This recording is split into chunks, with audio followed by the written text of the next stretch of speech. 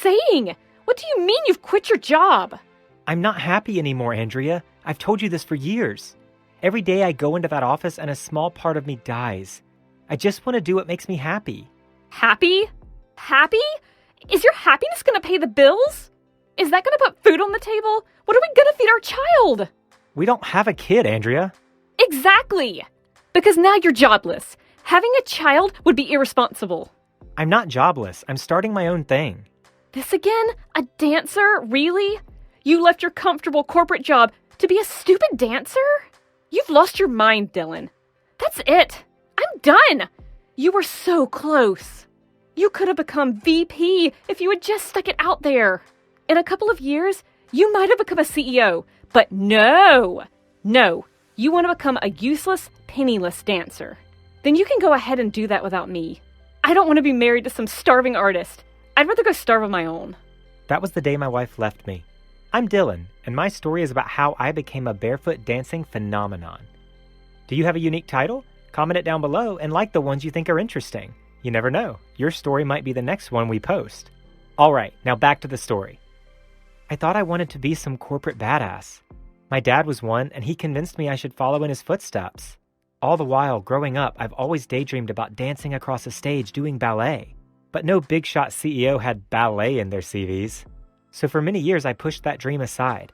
I did what everyone expected of me. Andrea married me right after business school. She wanted a comfortable life and a CEO for a husband. She wanted parties and nice clothes and rubbing shoulders with socialites. So again, my dream got pushed aside. I worked hard to impress my bosses.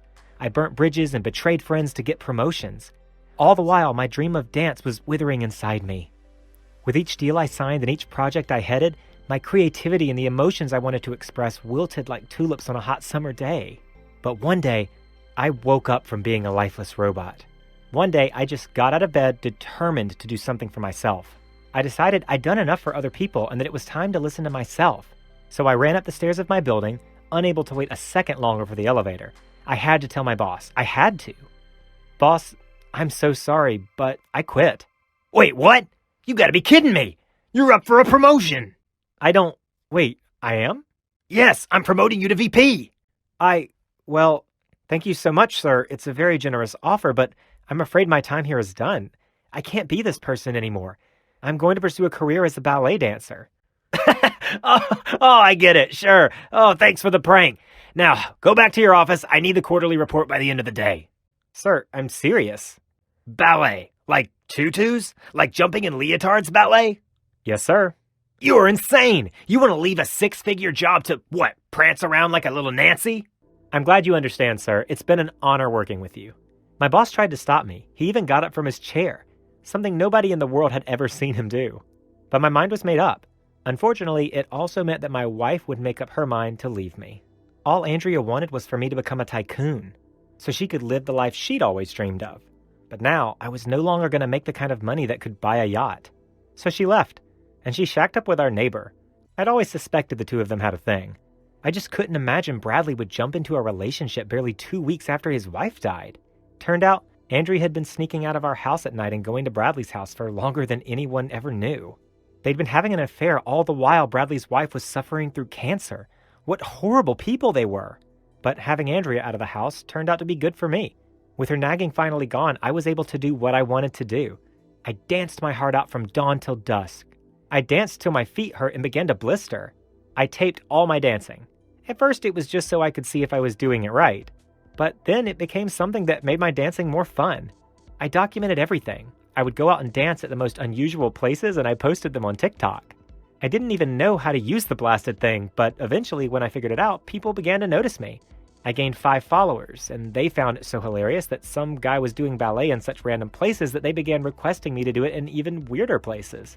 The first one that became viral was when I danced in a train car full of commuters on their way to work. That was the first time I danced barefoot. I got millions of views. Soon, more and more people requested for me to dance at stranger and stranger places. They asked me to dance in a museum, so I did.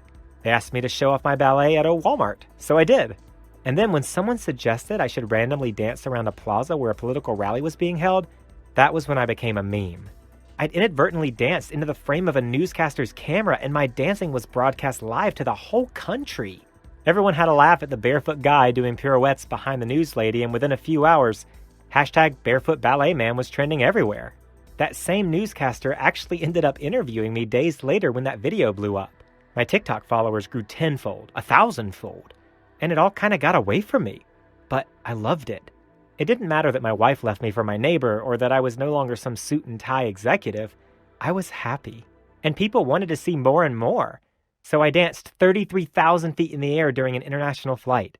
That almost got me kicked out of the plane. Never doing that again. The next time someone requested I do ballet in a plane, I danced inside the lavatory. That got even more views because people couldn't believe I was able to perform Swan Lake inside a tiny cubicle. The funny thing was, my wife thought I was going to be some poor dancing fool. It turned out, thanks to my newfound fame, I was making way more than I ever had. In fact, thanks to all the endorsement deals and because I posted my videos on YouTube and monetized them, I was earning more than even my boss. All the while, all I was doing was dancing barefoot in weird places. I wanted Andrea to see what she missed out on. So, to rub it in her face, I had our old house demolished.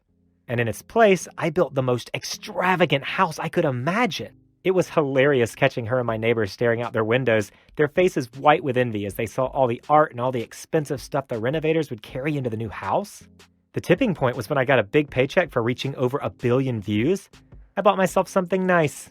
I drove up my driveway in my new Bugatti, and the moment I got out of my car, Andrea rushed out of Bradley's house and came to admire my new ride. She planted herself ridiculously on the hood like some weird 50s pinup girl and batted her eyelashes at me. I knew you'd make it big. I've always believed in you, you know? Now I'm ready to forgive you. So, can we talk inside? I laughed. Nah, I'm good. Besides, your new boyfriend is right behind you and literally heard everything you said. At the height of my career as a barefoot dancer, I was making more than a tycoon would make. And it was all because I followed my dream. I stopped living my life for other people. I stopped trying to be someone I wasn't just to please others. What was so satisfying was that the woman who divorced me because she thought my dream was silly is now watching from the sidelines as I grow richer and richer.